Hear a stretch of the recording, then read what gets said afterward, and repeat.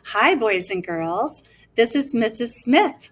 I am reading chapter 28 of The Wild Robot, the Golden Goose.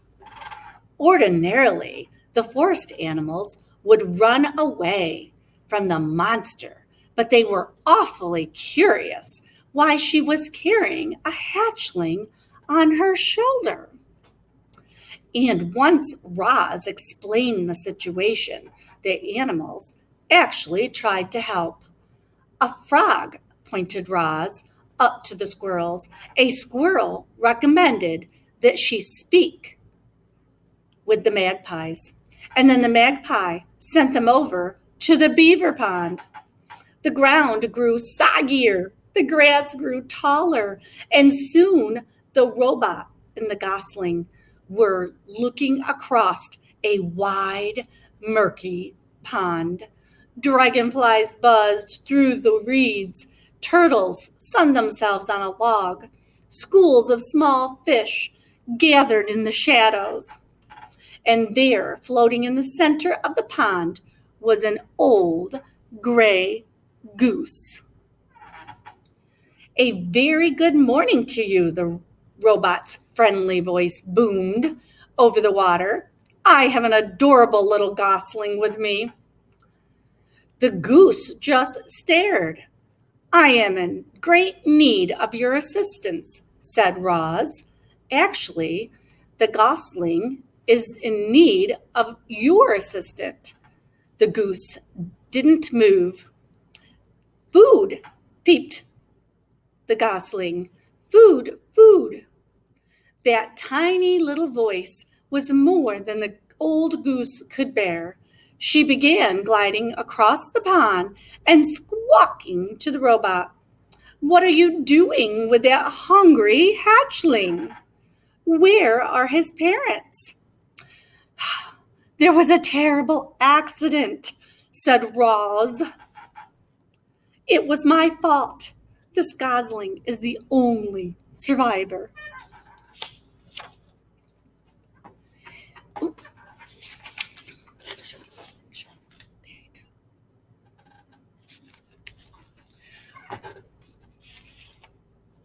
If there was a terrible accident, why does your voice sound so cheerful? The goose flapped her wings. Are you sure you didn't eat his parents? I'm sure I did not eat his parents, said Roz, returning to her normal voice. I do not eat anything, including parents.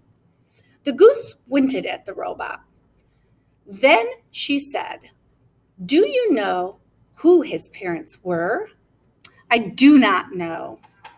Well, they must have belonged to one of the other flocks on the island, because nobody in my flock is missing.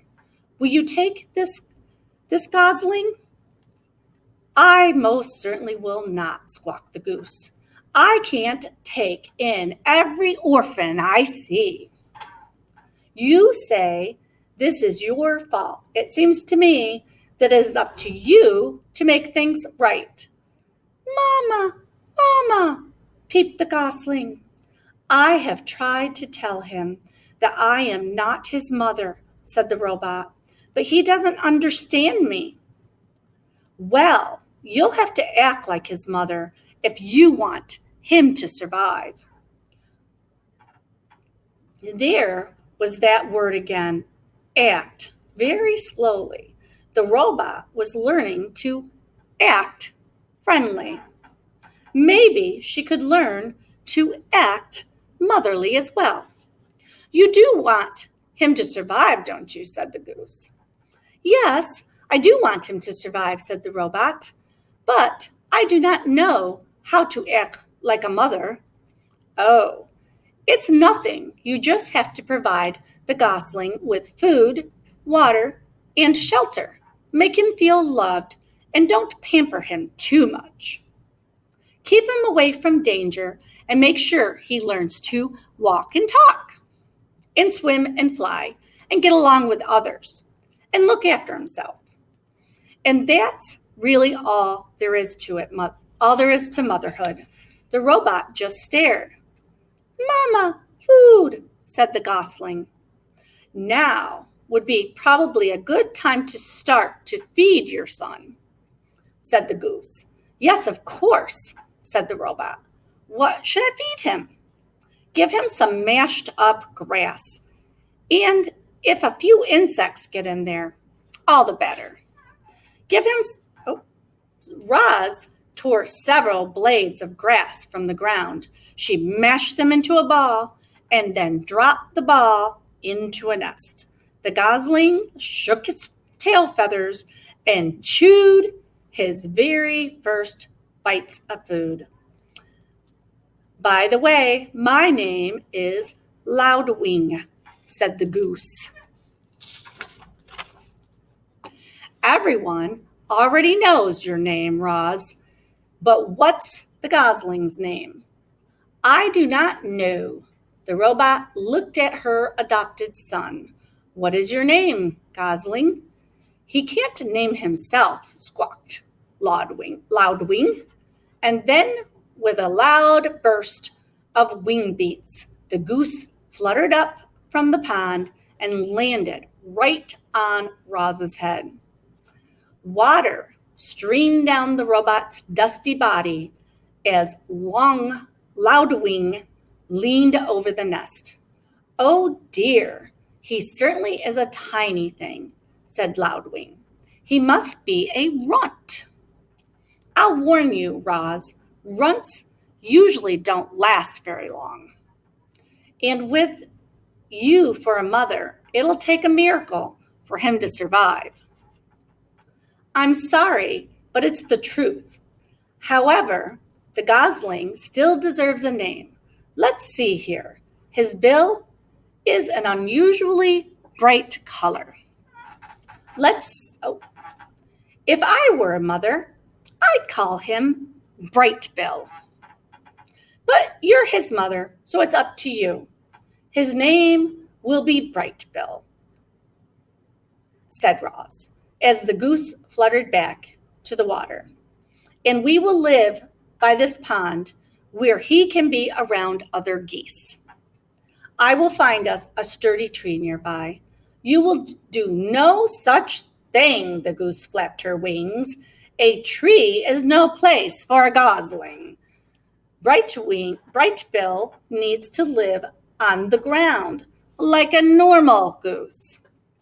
Loudwing sized up the robot. I suppose you two will need a rather large home. You'd better speak with the beaver, Mr. Beaver. He can build anything. He's a little gruff at times, but if you're extra friendly, I'm sure he'll help you out. And if he gives you trouble, remind him that he owes me a favor. Chapter 29, The Beavers. Every day, the beavers swam along their dam, inspecting and repairing it. The walls of wood and mud allowed only a trickle of water to pass through, and it had turned a narrow stream into a wide pond that many animals now called home. As Roz and Bright Bill walked around the pond, they passed hundreds of chewed-up tree stumps, proof that the beavers needed constant supply of wood, and this gave Roz an idea. The beavers. Oops. The robot swung her flattened hand, and sounds of chopping wood echoed across the water. They were soon replaced by the sound of footsteps and shaking leaves as the robot carefully walked along the beaver dam with a gosling on her shoulder and a freshly cut tree in her hand. The beavers floated beside her lodge and stared at the bizarre sight with open mouths until Mr. Beaver slapped his bored tail on the water, which meant stop right there. The robot stopped. Hello, beavers. My name is Roz, and this is Brightbill. Please do not be frightened. I am not dangerous. She held out the tree. I have brought you a gift. I thought perhaps you could use this in your beautiful dam. No thanks, said Mr. Beaver. I have a strict policy of never to accept gifts from monsters. Don't be ridiculous, interrupted Mrs. Beaver. We can't let a perfectly good birch go to waste. I'm afraid I must insist, said Mr. Beaver. Mrs. Beaver turned to her husband. Remember how you asked me to point out when you're being stubborn and rude. Well, you're being stubborn and rude. Then she turned back to Roz. Thank you, monster. If you'd be so kind to drop the tree in the water, we'll take it from there.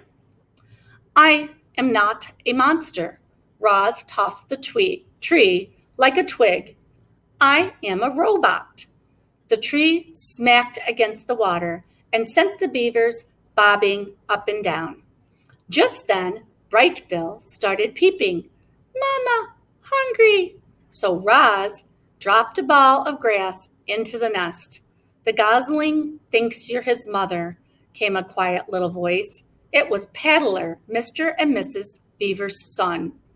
His real mother is dead, said Roz, so I have adopted him. There was a brief silence. Then Paddler looked up at Roz and said, You're a very good robot to take care of, Brightbill. Mr. Beaver sighed. Yes, that's a very good of you. Roz, but I don't understand what any of this has to do with us. My son and I need a home, and Loudwing said you would help us build one. Of course she did, said Mr. Beaver, muttered to himself. Loudwing gets me out of one lousy jam and spends the rest of my days, and I spend the rest of my days doing her favors. Mrs. Beaver glared at her husband. Sorry, he said, realizing he was being stubborn and rude again. Stay right there, Roz. We need to have a family meeting. The three beavers slipped under the water, and a moment later, their muffled voices could be heard inside the lodge. The robot stood on the dam and patiently waited for her son. Mama. Yes, Brightbill. I am trying to act like a good mother. A ripple and Mr. Beaver's head appeared above the water. If you bring us 4 more trees, good, healthy ones, maybe I'll have time to help you and your gosling. That is wonderful, said the robot. We will be right back. Chapter 30, The Nest. I've built my fair share of lodges over the years, Mr. Beaver stood at the water's edge, but I can't say I've ever built one for a robot and a gosling. So just what exactly do you need? We need a lodge big enough for both of us, said Roz. It should be comfortable and safe, and it should be near the pond. How long do you plan on living in the lodge? I don't know. Then we'd better make sure it is strong and sturdy. Mr. Beaver stroked his whiskers and he thought, do you plan on having friends over? The missus loves to entertain guests. I do not have any friends. No friends? Well, you seem like a pretty likable for a monster, a robot. But if you want my advice, you should grow yourself a garden. Your neighbors won't be able to resist fresh herbs and berries and flowers. Just you wait and see. So we'll make sure there is a place for a garden, and we'll give you a lodge, some extra space for some friends for hosting. The beaver winked. We will also need to find a way to keep your lodge comfortable when it's cold outside. Our lodge is heated by our own bodies, but I think we'll have to find another way to heat yours. The beaver and the robot thought about heat for a while. The first thing that came to Roz's mind was the sun.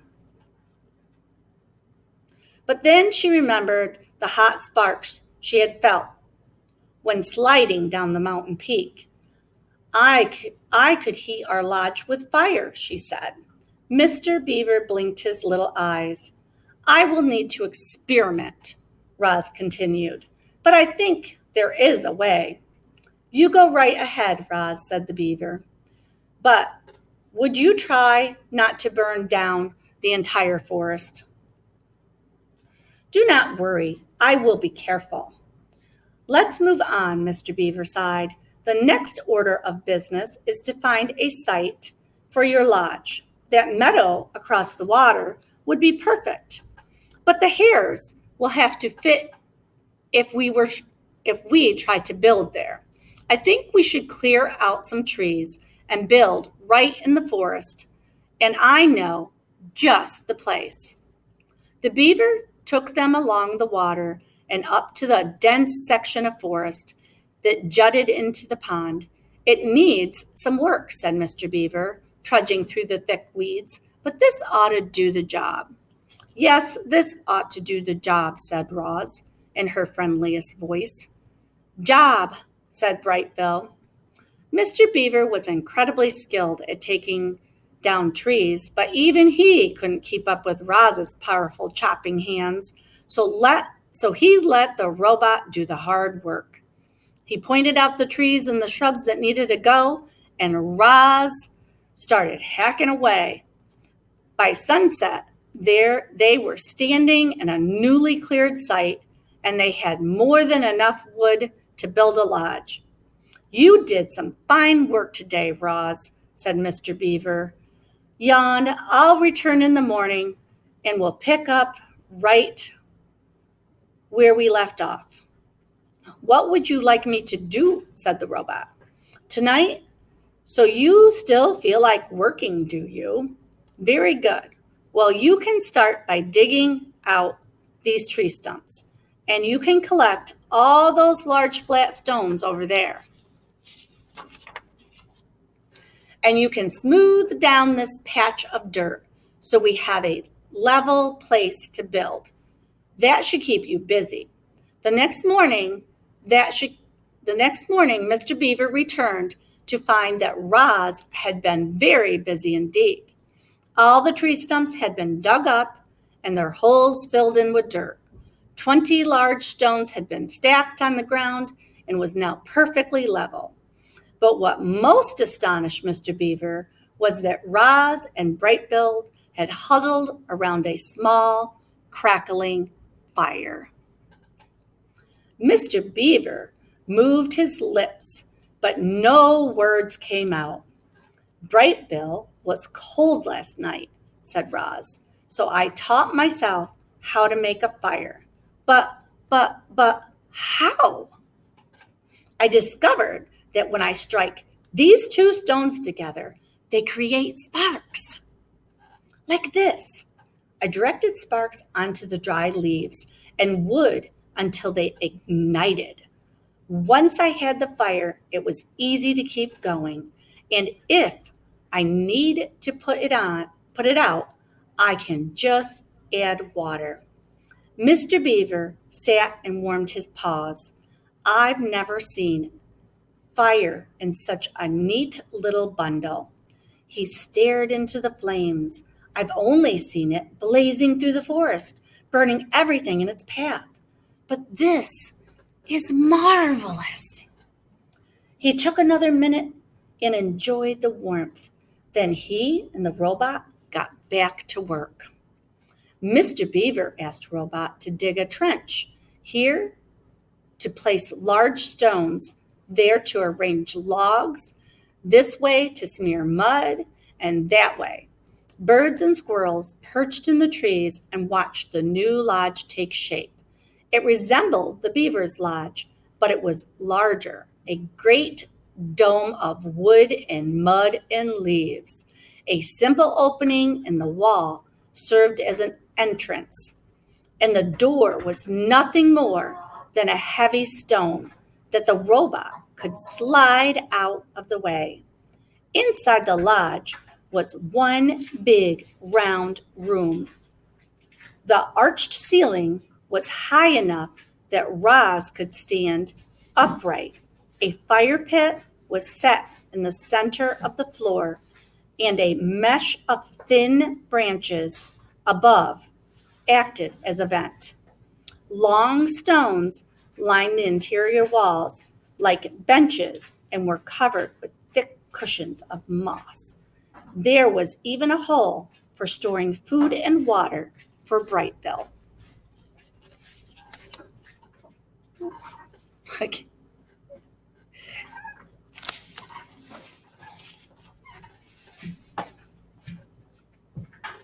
You've got yourself a beautiful pond. View property, said Mr. Beaver. What are you going to name it? I do not understand. Why, a beautiful lodge like this deserves a name. We call our lodge Streamcatcher. The robot's computer brain didn't take long.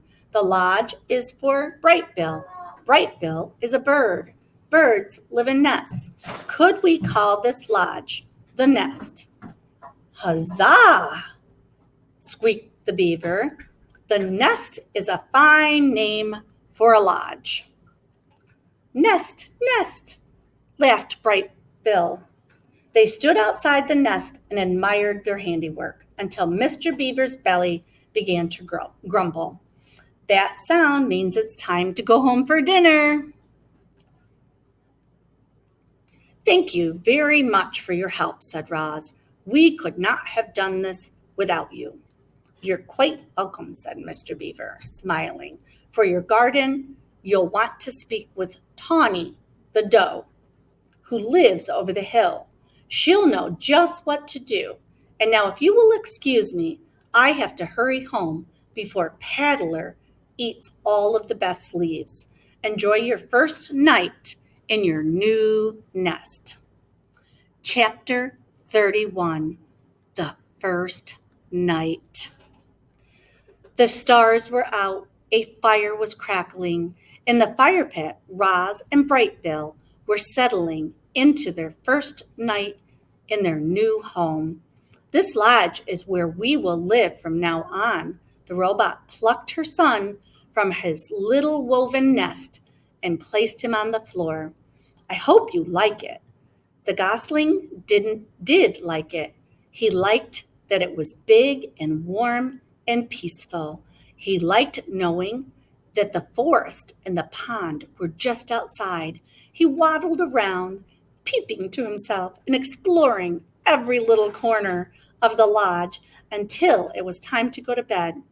His mother carefully laid him on a soft cushion of moss, but he didn't want to sleep there. She put him back in the little nest, but he didn't want to sleep there either. Bright Bill looked up and said, Mama, sit. Roz sat down. Then he said, Mama, hold.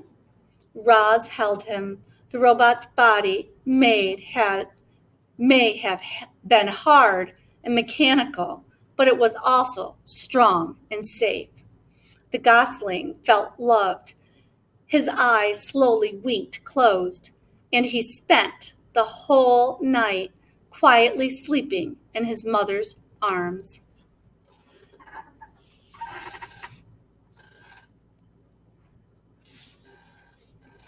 Chapter 32, The Deer. The deer family did not run from the sound of snapping twigs and crunching leaves. They had heard all about Roz and Bright Bill, and they knew there was nothing to fear. Crown Point stood before his doe and his 3 spotted fawns, and the family watched as the robot approached with the gosling on her shoulder. Hello, dear. My name is Roz, and this is Bright Bill. We are looking for a doe named Tawny.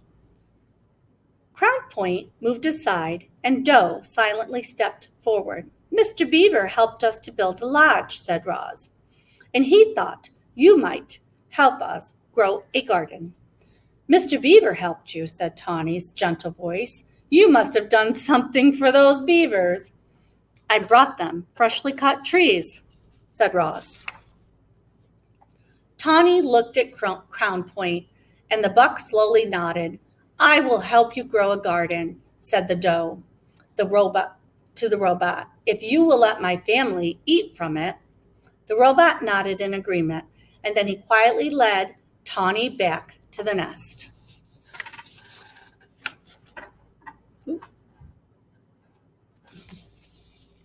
Chapter 33, The Garden.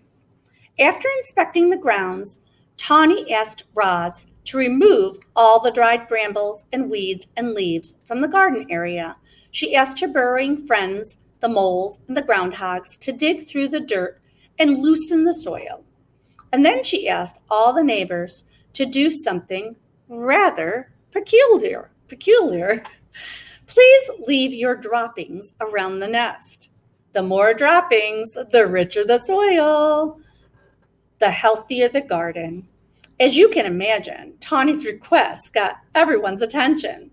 The place was soon crawling with woodland creatures curious to hear more about the garden's project. And just like that, the robot was meeting her neighbors. The plan to help her make friends was already starting to work. There was a festive feeling around the nest. The day animals were coming and going and chatting and laughing. After some pleasant conversation, each neighbor would choose their spot, leave their droppings, and be on their way, and always with a smile. We're happy to help, said the two smiling weasels after finishing up their business. It was our pleasure, said the flock of smiling sparrows before they flew away. I shouldn't be much longer now, said the smiling turtle as he slowly made his way with his contribution. As all this was going on, Roz walked around and thanked everyone. I am not capable of defecating, she explained, so your droppings are most appreciated. Once the grounds were fertilized, it was time for the plants. Tawny brought Roz and Brightbill out to the lush meadow. The robot sank her fingers into the ground and felt the spongy layer of roots below the grass. Slowly and carefully, she rolled up a wide strip of sod, exposing dark, wormy soil. She carried the rolls back to the nest and spread them out to make a patchy lawn, and then she transplanted lumps of wildflowers and clovers and berries and shrubs and herbs until the nest was surrounded by a scraggly collection of plants. It's not much to look at now, said Tawny, but the grasses will grow into the gaps and the flower bushes should perk up in a few days. I'll return soon to make sure it's all taking root. Before long, this will be a lovely garden. Wow, boys and girls, I'm looking forward to see just how that garden grows and how his friendships grow because they get to come over and visit the garden. Thank you for visiting.